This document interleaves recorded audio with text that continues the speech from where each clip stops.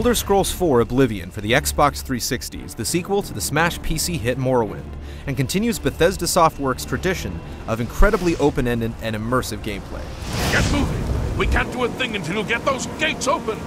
With groundbreaking graphics, AI, and a living, breathing world, it's hard to let the few issues Oblivion does have get in the way of such an incredible gaming experience. All hail the Blade Master!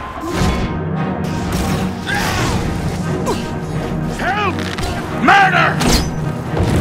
You start the game as a prisoner for unknown crimes, but are quickly swept into a quest to save the Empire. He can help us. He must help us. The king, voiced by Patrick Stewart, has foreseen his own death and knows that without an emperor to light the sacred dragon fires, the shields holding Oblivion's demons from entering the world will fail. We must recover the Amulet of Kings and relight the dragon fires. Your primary quest to find and enthrone the Emperor's long-lost illegitimate heir, voiced by Sean Bean, is well thought out and carries you through about 40 hours of gameplay, but that's hardly the bulk of the story. There are hundreds of other missions that you can get from guilds, townsfolk, and by wandering the countryside, they're all just as well written, varied, and intriguing.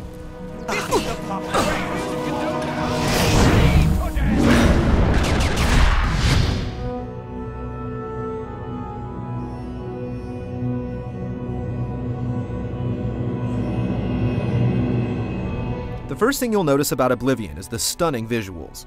Every dungeon, town, grassy hill, body of water, demon, skeleton, sword, and spell look absolutely fantastic. The characters are well animated in combat, but their faces and expressions could use some work. Oh, you poor dear. You talk to every character individually, and they all look at you directly the entire time. What is it, citizen?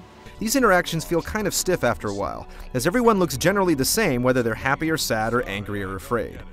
What nonsense. But there are a few hundred unique personalities living in the game, each with a life of their own and things to do. People in towns don't just stand around, they'll go to work, do their jobs, eat food, and sleep at night. As dark as it can get at night or in dungeons, you'll need to take torches with you or use magic to enhance your vision. Through the character AI and incredibly well-designed landscapes, you'll often feel like Tamriel is a real place. Unfortunately, the more real it is, the more jarring it feels when you're taken out of it by loading screens or frame rate issues. Inside buildings and dungeons, you'll rarely encounter any pauses or glitches, but while roaming the countryside, especially on a horse, you'll frequently see slowdown, pop-ups, or a brief load. That said, you don't actually need to traverse the countryside that much. There's a fast travel option that lets you zoom to any major city or location you visited before. But the people that are more into the role-playing aspect of the game might want to go looking for hidden caves and treasure. These are the ones that will get punished for actually traveling from town to town by the constant performance issues. The game defaults to first person, but you have the option to switch to a third-person perspective as well. Third person works if you want to get a wider view of your surroundings, or a picturesque angle while riding horseback, but the game was clearly designed with first person in mind. Anyone looking to play Oblivion entirely in third person is not going to find it nearly as fluid as other RPGs like Final Fantasy and Fable. Then pay with your blood! The best thing Oblivion has going for it is that it allows you to do pretty much anything you want, and everything you can do is implemented well. If you're a thief, there's great mechanics for lockpicking, pickpocketing, and sneaking around. If you're a mage, there's a very robust magic system with alchemy, conjurations, custom spells, and weapon enchanting. If you're a fighter, the melee combat has been upgraded considerably to include special moves, and is a lot more fun than Oblivion's predecessor, Morrowind. You can also mix and match each of the major skill sets at will and create a character that plays just like you want. If you prefer an axe-wielding mage orc that's good at marksmanship, you can build one. Yeah, I don't care who you are. The amount of options when creating a character and playing the game is daunting, but there are preset character classes to use and an exceptional quest log should you get lost or go a while without playing and need a quick refresher on the quests you've taken and completed.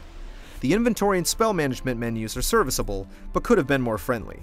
One major issue, however, is the 8 D-pad quick slots. The vertical and horizontal quick items are easy to access, but the diagonal ones can be difficult to select. And in the heat of battle, you'll find yourself scrambling if you haven't laid out your slots well. For Lord Dagon! And anyone new to the Elder Scrolls series that favors party-based role-playing combat should know that Oblivion is strictly single-player.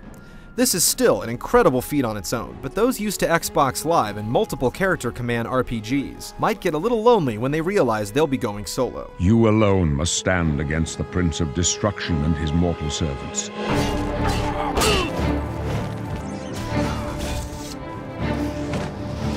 There are two types of best-selling titles. factory games like movie licenses and sports franchises, and passion projects that take a studio years and years to develop. Bethesda has been working on Elder Scrolls 4 since the turn of the century, and they've built an impressively immersive adventure that will take you several months to completely devour. But Oblivion, for better and for worse, pushes the 360 to its limits, and it shows. If you can overcome the occasional performance hiccups, you'll be rewarded with one of the most engaging and visceral role-playing games ever created.